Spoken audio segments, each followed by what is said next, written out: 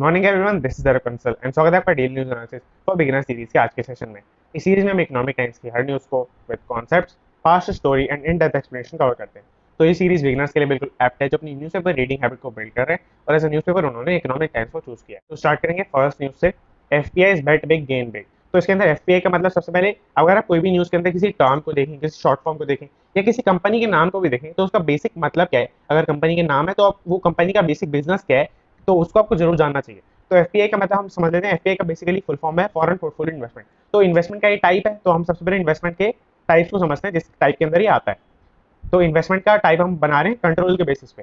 तो कंट्रोल के बेसिस पे इन्वेस्टमेंट के दो टाइप्स होते हैं, डायरेक्ट इन्वेस्टमेंट और पोर्टफोलियो इन्वेस्टमेंट। तो डायरेक्ट इन्वेस्टमेंट का मतलब होता है ऐसी इन्वेस्टमेंट जिसके अंदर आप जिस असेट के अंदर इन्वेस्ट कर रहे हैं, किसी भी असेट के अंदर इन्वेस्ट करेंगे तो उसका कंट्रोल आपके पास आ जाए। और पोर्टफोलियो इन्वेस्टमेंट इसका उल्टा, कि आप जिस असेट के अंदर इन्वेस्ट कर रहे हैं उसका डायरेक्ट कंट्रोल आपके पास ना हो। तो लेट्स सपोज एक पर्सन है ए, तो दोनों एग्जांपल को इसी एग्जांपल से समझते हैं। तो लेट्स सपोज ए ने एक लैंड परचेज किया और रिलायंस कंपनी के शेयर्स परचेज किए। तो लैंड परचेज करते ही लैंड का पूरा डायरेक्ट कंट्रोल उनके पास ही है, वो उसे सेल कर सकते हैं, रेंट पे दे सकते हैं और आगे आपका मतलब उस पर डेवलपमेंट कंस्ट्रक्शन भी कर सकते हैं। तो वो पूरा जो होता है वो आपको होता है डायरेक्ट इन्वेस्टमेंट, क्योंकि उसका डायरेक्ट कंट्रोल ए के पास है।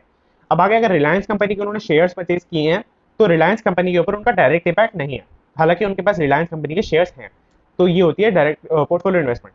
फॉरेन पोर्टफोलियो इन्वेस्टमेंट का मतलब हुआ कि कोई फॉरेन कंट्री से, किसी और कंट्री से पोर्टफोलियो इन्वेस्टमेंट हुई इंडिया के अंदर। तो एफपीआई बेट बिग गेन बिग का मतलब हुआ कि काफी ज्यादा एफपीआई का इनफ्लो बढ़ता ही जा रहा है, स्ट्रॉन्ग इनफ्लो हो चुका है। इसके अंदर इक्विटी होल्डिंग्स के ऊपर डायरेक्ट इंपैक्ट पड़ा है। इक्विटी होल्डिंग्स आप यही मान सकते हैं, शेयर मार्केट अपना, डेरिवेटिव मार्केट एक्सेट्रा। तो इसके अंदर 87% जितना प्रीवियस ईयर में था उससे 87% ये बढ़ हो गया है। और ये टोटल अब 600 बिलियन का मार्क इसने क्रॉस कर लिया है। प्रिसाइसली देखिए तो 610 मिलियन ये हो चुका है। तो इसके अंदर एक डायरेक्ट इम्पैक्ट इसका यहाँ पे जो मिसिंग है वो ये है कि फॉरेक्स रिजर्व पे हमारा बहुत डायरेक्ट इम्पैक्ट इसका पड़ता है। किसी भी आप इकोनॉमी को देखते हैं तो उसके अंदर फॉरेक्स रिजर्व, जीडीपी, इन्फ्लेशन, यही मेजर कुछ पैरामीटर्स रहते हैं। तो फॉरेक्स रिजर्व इससे हमारा बहुत ही बूम करेगा और इससे बहुत पॉजिटिव इम्पैक्ट पड़ेगा हमारी इकोनॉमी के ऊपर। अब अगर आगे देखें तो इन्होंने कुछ रिपोर्ट प्रेजेंट की है इस फैक्ट से रिलेटेड। तो एक रिपोर्ट हम इसमें डिस्कस करते हैं बहुत ही डिटेल में।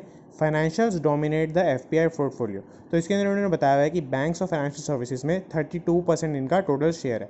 तो अब यहाँ पे एक रॉन्ग इंटरप्रिटेशन कई लोग कर लेते हैं और कई लोग बता देते हैं। तो इसके अंदर हम सबसे पहले वो समझ लेते हैं। तो कई लोग बताते हैं कि एफपीआई का जो टोटल शेयर है उसके अंदर से, मतलब बैंक के अंदर से टोटल 30% एफपीआई के अंदर है, बट ऐसा नहीं है। एफपीआई का जो पूरा इन्वेस्टमेंट है उसके अंदर से 30% बैंक्स के अंदर इन्वेस्टेड है।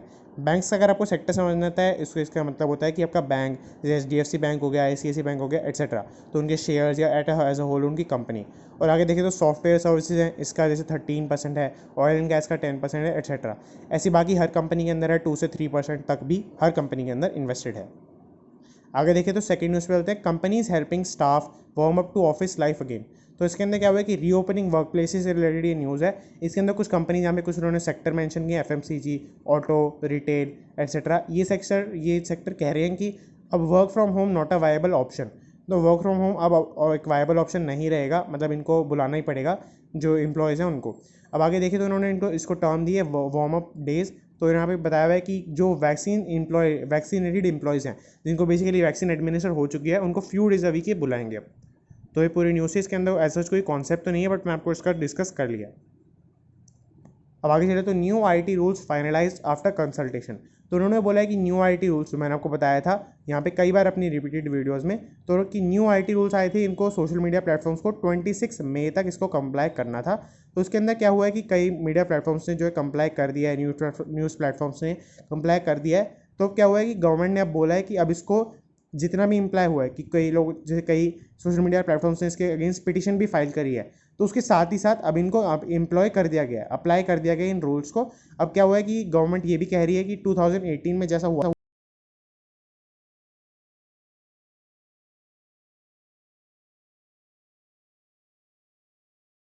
आगे इसके अंदर एक इंटरनेशनल पॉलिटिक्स से रिलेटेड न्यूज़ है। इसके अंदर क्या है कि गवर्नमेंट अब कह रही है कि यूएन के अंदर, जैसे कुछ कंट्रीज़ ने यूएन के अंदर 2018 में इंडिया को कुछ सजेशंस दिए थे, तो अभी गवर्नमेंट बोल रही है कि हमने उन सजेशंस के बेसिस पे ही इस एक्ट को अप्लाई किया। तो ये बेसिकली पॉलिटिकल न्यूज़ है। इसके अंदर ये कहना चाह रही है कि हम दूसरी कंपनीज़ के सजेशंस को मानते हैं कंट्रीज़ के। तो इसके अंदर ज़्यादा कोई कॉन्सेप्ट नहीं है। और आगे चलते हैं। अंदर जो सबसे मेन न्यूज़ है वो ये है, more tax for Twitter, Google, FB. तो इसके अंदर नोडल ऑफिसर एक अपॉइंट करना था, एक क्लॉज था आईटी रूल्स के अंदर। इसके अंदर हम डिस्कस करते हैं आईटी रूल्स के अंदर बेसिकली एक क्लॉज था जिसके अंदर 3 ऑफिसर्स को अपॉइंट करना था, नोडल ऑफिसर, कंप्लायंस ऑफिसर और ग्रीवेंस ऑफिसर। तो कंप्लायंस ऑफिसर से रिलेटेड कल भी न्यूज़ थी, मैंने आपको डिस्कस की थी। नोडल ऑफिसर से रिलेटेड आज की न्यूज़ है। इसके अंदर नोडल ऑफिसर का बेसिकली काम होता है रेवेन्यू से रिलेटेड, टैक्स से रिलेटेड, बैंक से रिलेटेड और ट्रांजेक्शन कैसे जा रहे हैं, मनी इधर से उधर कैसे हो रही है उससे रिलेटेड। तो इसके अंदर क्या है कि नोडल ऑफिसर अपॉइंट करने के बाद टैक्स लायबिलिटी इंक्रीज करेगी ट्विटर, गूगल, एफबी ऐसी कंपनीज़ की। तो ये पूरी न्यूज़ थी। इसके अंदर ऐसा कोई कॉन्सेप्ट तो नहीं है मतलब, पर मैंने आपको डिस्कस कर लिया है। अब आगे देखते हैं, ये ऐड है, इसके अंदर ईवाई कंपनी मेंशन की हुई है, इसको हम समझ लेते हैं। ईवाई का आपका एक 2-3 बातें होती है इसके अंदर। ये एक बेसिकली आपकी उसको फुल फॉर्म बताता हूँ। सबसे पहले इसकी फुल फॉर्म आपकी अर्नस्ट एंड यंग, मैं यहाँ पे लिख देता हूँ, अर्नस्ट एंड यंग एक कंपनी का इसका नाम है बेसिकली। अब ये कंपनी क्या कर दिया है, तो ये कंपनी बहुत ही बड़ी अकाउंटिंग फर्म है, अकाउंटिंग फर्म बोल सकते हैं, इन्वेस्टमेंट बैंक बोल सकते हैं, फर्म बोल सकते हैं। तो ये काफ़ी जो वर्ल्ड की टॉप 4 कंपनीज हैं उनके अंदर आता है। इसके अदर जो कंपनीज हैं, इसके कॉम्पिटिटर्स KPMG हो गया, डेलॉयट हो गया, एट्सेट्रा, ऐसी कंपनीज इसके कॉम्पिटिटर और जो सिमिलर बिजनेस के अंदर है। तो आगे चलिए, तो प्योर पॉलिटिक्स जो हमारा फर्स्ट पेज है वो कवर्ड है पूरा। सबसे मेन न्यूज़ जो फर्स्ट पेज के अंदर ही होती है। इसके अंदर एक ऐड भी था, उसके अंदर हमने कंपनी डिस्कस कर लिया है। आगे चलिए, तो प्योर पॉलिटिक्स का सेक्शन है। इसके अंदर कोई कॉन्सेप्ट बेस्ड न्यूज़ नहीं होती है, मैंने आपको रिपीटेडली बताया। इसको आपको जनरली स्किप कर देना चाहिए, आप कम से कम अपनी लीस्ट प्रायोरिटी पे रखना चाहिए। तो उसके 2 पेजेस डेली बेसिस पे आते हैं, इसको हम दोनों पेजेस को स्किप करते हैं। अगर कोई भी कॉन्सेप्ट बेस्ड न्यूज़ होती है तो मैं आपको इसके अंदर वो बता देता हूँ। आगे चले तो कंपनीज परस्यू प्रॉफिट का सेक्शन है। इसके अंदर बहुत ही इंपॉर्टेंट न्यूज़ होती है, आपको पूरा पढ़ना चाहिए। इसके अंदर फर्स्ट न्यूज़ है, सऊदी अरामको चेयरमैन में ज्वाइन RIL बोर्ड। तो RIL का यहाँ पर मीनिंग है रिलायंस इंडस्ट्रीज। आगे देखें तो सऊदी अरामको के चेयरमैन है आपके यसीर अल रुमैयन। तो ये कौन है, ये एक आपकी सबसे पहले तो यही है, सऊदी अरामको कंपनी है ऑयल से रिलेटेड, ऑयल बेस्ड बिजनेस में। एक तो उसके चेयरमैन है, दूसरी बात एक इनका वेल्थ फंड है। इससे क्या होता है कि वेल्थ फंड अगर कोई रुमैयन के ऊपर केस करता है तो वेल्थ फंड उससे प्रोटेक्टेड रहेगा। तो ताकि इसीलिए उन्होंने बताया, इसकी टोटल वर्थ है 430 बिलियन। तो इसके भी एक गवर्नर है। तो ये पूरे इनकी मतलब काफ़ी बड़ी पर्सनैलिटी होगी एक तरह से। तो अगर ये RIL बोर्ड को ज्वाइन करने की मतलब ये मे है, मतलब बेसिकली अभी सोच रहे हैं, अभी ऐसा कुछ कंफर्म नहीं है न्यूज़। आगे देखें तो अभी की रिलायंस के बोर्ड में है कौन कौन, तो इसके अंदर अभी 14 मेंबर्स हैं। यहाँ पे इन्होंने कुछ नेम्स भी दिए हुए हैं, यहाँ पे आप देख सकते हैं, जैसे SBI चेयरमैन और एट्सेट्रा। आगे देखिए तो एनालिस्ट बोल रहे हैं कि कुछ जो ओल्ड मेंबर्स हैं वो रिटायर भी कर सकते हैं, स्टेप डाउन कर सकते हैं बोर्ड से। तो ये भी इसके अंदर एक इंपॉर्टेंट हाईलाइट रहेगी जो आपको याद रखनी चाहिए, मतलब बेसिकली इस न्यूज़ के कॉन्टेक्स्ट में। तो आगे चले तो ये पूरी हमने डिस्कस कर ली है। इसके अंदर इसके स्टॉक प्राइस के ऊपर काफ़ी डायरेक्ट इम्पैक्ट पड़ सकता है। आगे चले तो एरिक्सन नोकिया से duty hike will gear making. तो इसके अंदर क्या है कि इसका सबसे पहले मालिक कौन है ये डिस्कस कर लेते हैं। मालिक है आपके नोकिया इंडिया के हेड। तो नोकिया इंडिया आपको पता ही है कि इंडिया की जैसे नोकिया के अंदर सब्सिडरी है, तो अभी क्यों बनाती है सब्सिडरी ये हम डिस्कस कर लेते हैं। तो नोकिया अगर आपको नहीं पता तो यूरोप के अंदर लिस्टेड है, वहाँ की कंपनी लॉ से कंप्लाई किया होगा जब इसने लिस्टेड हुई होगी। तब क्या है कि अगर इसको अपना बिजनेस एक्सपेंड करना है तो इसको दूसरी कंट्री में जाना है, तो लेट सपोज इसको USA में अपना बिजनेस करना है, इंडिया के अंदर बिजनेस करना है, तो वहाँ की कंपनी लॉ से कंप्लाई करने के लिए ये दूसरी कंपनीज खोल सकती है।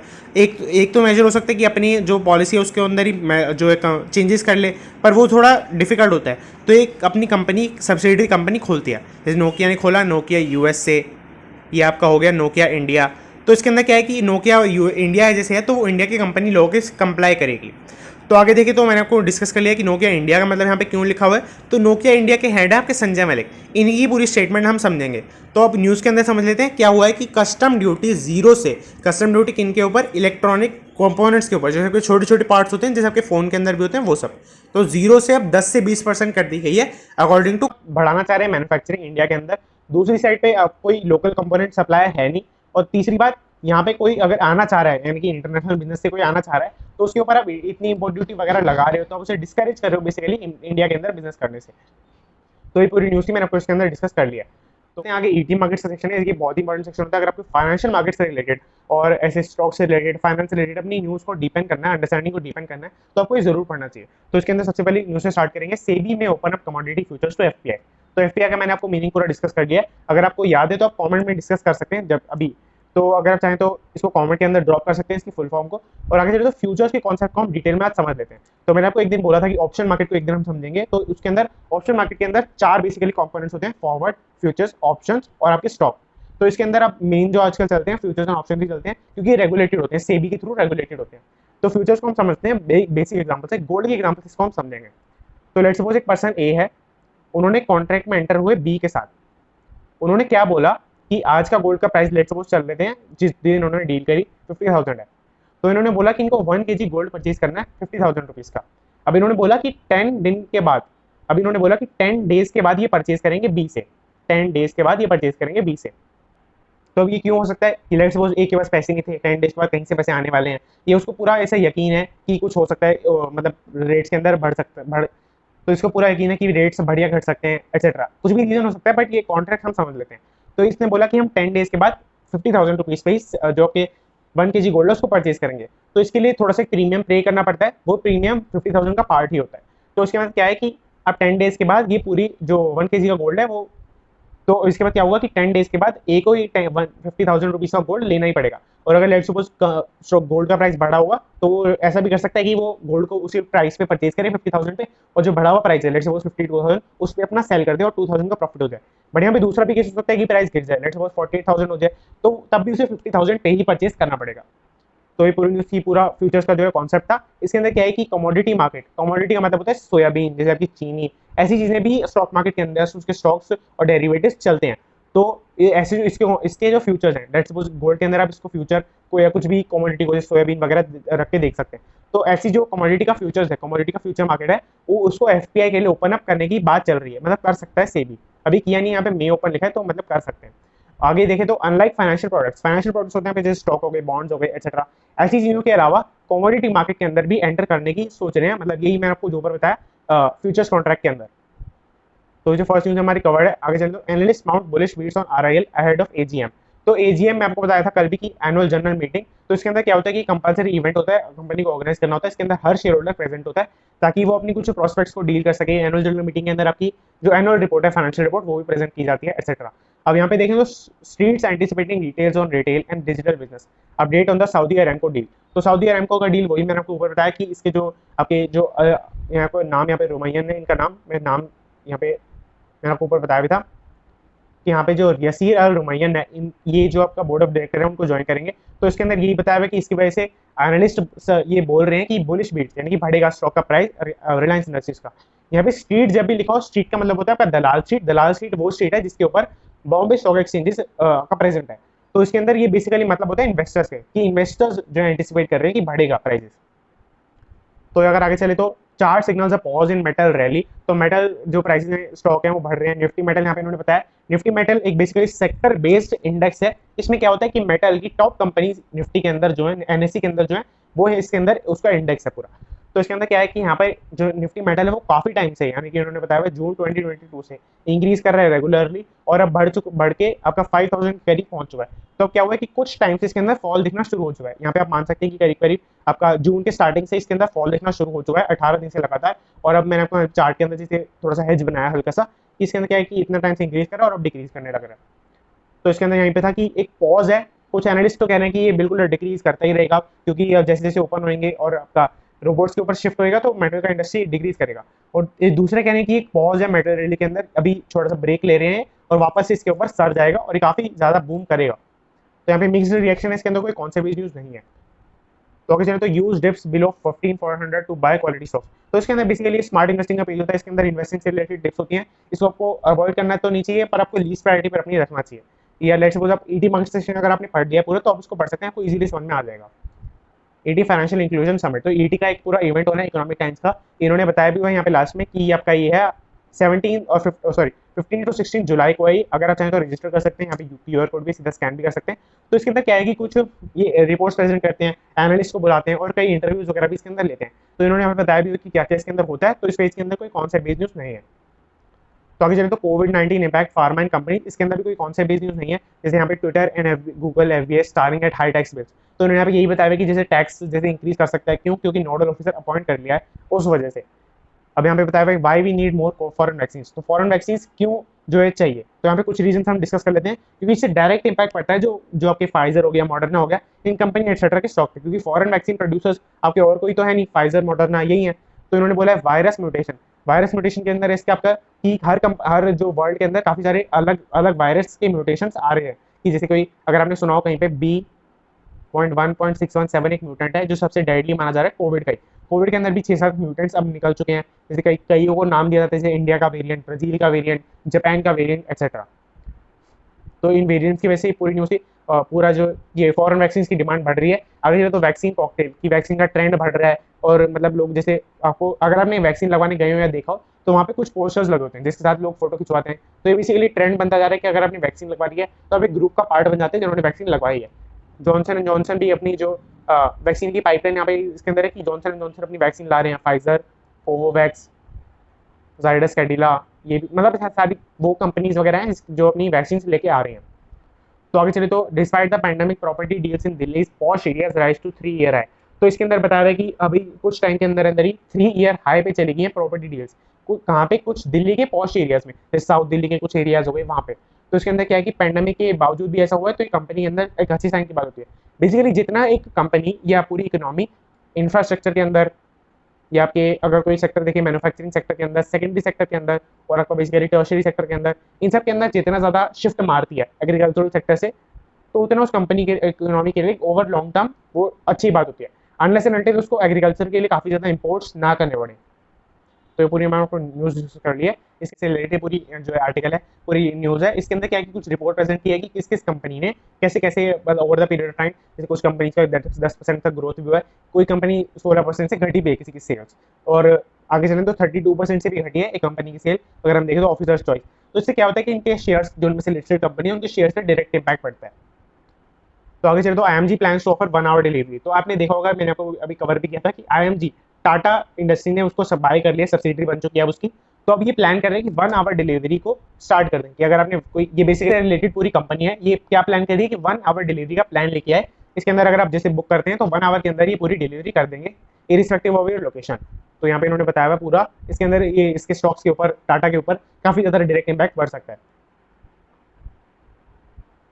तो इसके अंदर कोई कौन सा बिजनेस नहीं है स्पेस के अंदर, पूरे के अंदर इन्होंने इकोनॉमी, मैक्रो एंड मैक्रो, इसके अंदर बेसिकली 3 तो सेक्शन 3 क्वार्टर्स के अंदर तो यहाँ पे पूरे एड्स ही हैं, तो इसके अंदर कोई कौन सा बिजनेस नहीं है।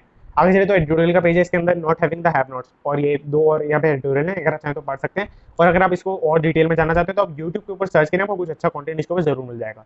यहाँ पे लास्ट के कुछ पेजेस बचे हैं, इसके अंदर around the world. Around the world का मतलब यहाँ पे वर्ल्ड पॉलिटिक्स से रिलेटेड पूरी न्यूज़ है। इसके अंदर मैं कवर नहीं करता हूँ, बट मैं आपको बता देता हूँ कि मैं क्यों नहीं कवर करता हूँ। तो इसके अंदर जैसे फर्स्ट न्यूज़ डिस्कस कर लेते हैं, Israel warns against nuclear talks with Iran. तो इसके अंदर इजराइल और ईरान की जो न्यूक्लियर जो वॉर से रिलेटेड पूरी न्यूज़ है वो है। इसके अंदर सीधी सी बात है, कोई कॉन्सेप्ट नहीं है। 1 billion covid shot as Brazil toll its back milestone. तो इसके अंदर चाइना ने ब्राजील को 1 बिलियन कोविड वैक्सीन की शॉट को मतलब डोनेट करने की बात की है। इसके अंदर भी कॉन्सेप्ट नहीं है। तो आगे गेम्स वगैरह इसके अंदर, तो सीधी सी बात इसको हम डिस्कस नहीं करते। ईटी बना के सेक्शन होता है, इसको आईटी पे नहीं रखना चाहिए। इसके अंदर सोशल ट्रेंड से रिलेटेड पूरी न्यूज़ ज़्यादा होती है, इसको अपनी प्रायोरिटी पे नीचे रखना चाहिए, और अगर आप चाहें तो इसको अवॉइड भी कर सकते हैं। इसके अंदर कोई कॉन्सेप्ट बेस्ड न्यूज़ नहीं होती है। दैट्स इट, हमारा जो न्यूज़पेपर है वो कवर्ड है। और अगर आप चाहें तो स्टॉक ट्रेनर ऐप को डाउनलोड कर सकते हैं। उसके अंदर जैसे कोई भी स्टॉक है तो उसकी आपको अगर आपको प्रैक्टिस करनी है बेसिकली, तो वो ऐप बेस्ट है। मैंने आपको कल भी उसका पूरा डिटेल में बताया था। तो मैं जो इसकी पीडीएफ है आपको डिस्क्रिप्शन के अंदर लिंक कर दूंगा, और आप टेलीग्राम ग्रुप को जरूर ज्वाइन कर लें। उसके अंदर क्या है कि मैं आपको एक और बात बताता हूँ उसके अंदर, कि टेलीग्राम ग्रुप के अंदर एक तो ये है कि आप कोई भी न्यूज़ को डिस्कस कर सकते हैं उसके अंदर। कल भी क्या हुआ था कि लिबरलाइजेशन 2.0 से रिलेटेड एक आर्टिकल डिस्कस किया था एक मेंबर ने उसके अंदर, तो वो मैंने आपको उसके अंदर कुछ डाउट था उनको क्लैरिफाई कर दिया था। तो उसके अंदर क्या है कि पीडीएफ आपको 1 स्पॉट पे भी मिल जाती है। तो उसके अंदर क्या है कि मैं आपको 7 PM के आसपास, सुबह 7 AM सॉरी 7 AM के आसपास आपको डाल देता हूँ पूरी पीडीएफ।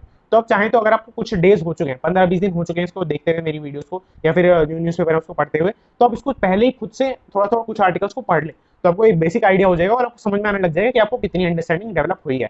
और आपको पीडीएफ बाद में तो मिल ही जाएगी, अगर आपको बाद में पढ़ने के लिए चाहिए वो भी आपको उसी के अंदर मिल जाएगी। That's it, thanks for watching.